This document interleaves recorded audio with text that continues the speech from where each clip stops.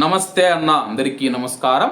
కువైట్లో 20 సంవత్సరాలకు పైగా తెలుగు ప్రజల నమ్మకం పొందిన ఏకైక కార్గో సంస్థ యూసఫ్ కార్గో.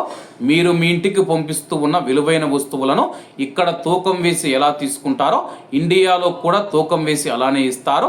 కువైట్లో ఏ కార్గో ఇవ్వలేని ఆఫర్లు యూసఫ్ కార్గో వారు ఇస్తూ ఉన్నారు. ప్యాకింగ్ ఫ్రీ, పోర్ట్ ట్యాక్స్ కానీ ఇన్సూరెన్స్ కానీ డాక్యుమెంటేషన్ ఛార్జీలు లేవు. మాలియా మరియు కైతాన్ ప్రాంతాలలో యూసఫ్ కార్గో ఉంది.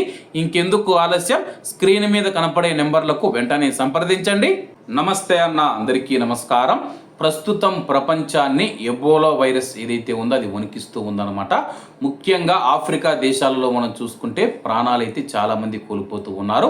ఈ నేపథ్యంలో కువైట్లో ఉన్నవారు కూడా జాగ్రత్తగా ఉండాలని చెప్పేసి, అలాగే ఈ యొక్క ఎబోలా వైరస్ ఎలా వస్తుంది, అలాగే ఈ యొక్క ఎబోలా వైరస్ లక్షణాలు ఎలా ఉంటాయని చెప్పేసి కువైట్లోని వైద్య నిపుణులు అయితే తెలిపారనమాట. అలాగే WHO ప్రపంచ ఆరోగ్య సంస్థ కూడా కొన్ని గైడ్ లైన్స్, కొన్ని మార్గదర్శకాలను అయితే విడుదల చేసిందనమాట. కాబట్టి కువైట్ మరియు గల్ఫ్ దేశాలలో, ఇతర గల్ఫ్ దేశాలలో ఉన్న మన భారతీయులు ఎవరైతే ఉన్నారో వాళ్ళు చాలా జాగ్రత్తగా ఈ యొక్క ఏవైనా లక్షణాలు ఉంటే వెంటనే డాక్టర్ను సంప్రదించండి.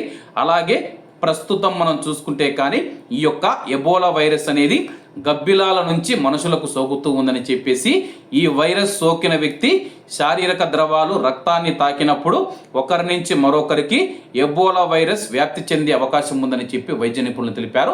శరీర ద్రవాలంటే కానీ చెమట కానీ వాళ్ళ యొక్క రక్తాన్ని మనం తాకినప్పుడు ఆ రక్తం ద్వారా, చెమట ద్వారా మనం చూసుకుంటే కానీ అవి మన శరీరంలోకి ఎబోలా వైరస్ ప్రవేశిస్తుంది.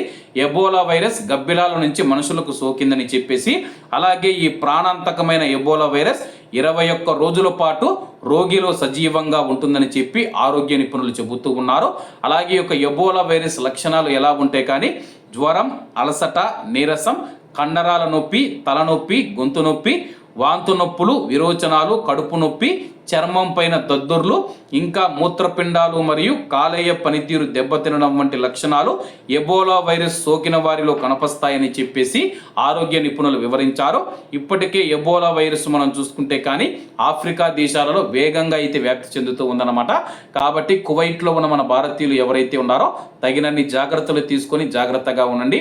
ఆఫ్రికా దేశాలకు ప్రయాణించవద్దని చెప్పేసి, అలాగే ఆఫ్రికా దేశాల నుంచి కాంగో కానీ ఉగాండా కానీ ఏవైతే ఉన్నాయో ఆ దేశాల నుంచి వస్తూ ఉన్న ప్రయాణికులపైన నిషేధం విధించినట్లు కూడా కువైట్ ప్రభుత్వం ప్రకటించింది. కాబట్టి అందరూ బాగుండాలి, అందులో మనం ఉండాలి. అందరికీ నమస్తే అన్న, జై హింద్.